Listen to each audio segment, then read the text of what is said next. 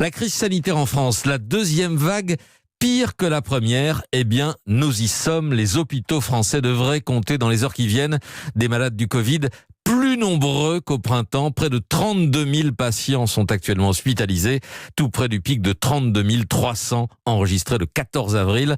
Et le rythme des admissions ne se ralentit pas à plus de 3 000 chaque jour. Et pourtant, surprise, ce matin, dans les dernières données de Santé publique France, le R effectif, soit le nombre de reproductions du virus, vient de tomber en dessous de 1, ce qui voudrait dire que l'épidémie régresse, Victor Delande. Oui, c'est une bonne nouvelle qu'on a pu découvrir sur l'application Tous Anti-Covid ce matin. Ce taux de reproduction est de 0,93 au niveau national.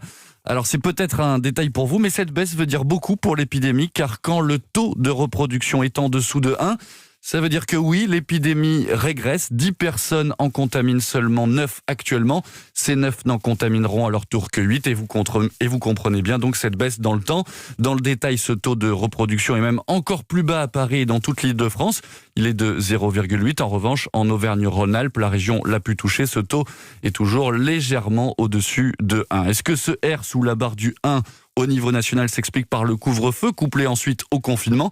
Pour le moment, il est trop tôt pour le dire, mais probablement. Alors il faut prendre avec prudence ces bons chiffres, car il y a eu de nombreux problèmes techniques dans la remontée des données ces 10 derniers jours. Mais quand on regarde d'autres indicateurs, comme le nombre d'hospitalisations, là aussi, il est en baisse sur 7 jours au niveau national et ce chiffre est très fiable. En revanche, pour ce qui est de la réanimation, il faudra tout de même attendre 2 à 3 semaines avant que l'on note une amélioration si le nombre de cas continue à baisser. 2 à 3 semaines pendant lesquelles la mortalité va automatiquement continuer à bondir. Victor Delande.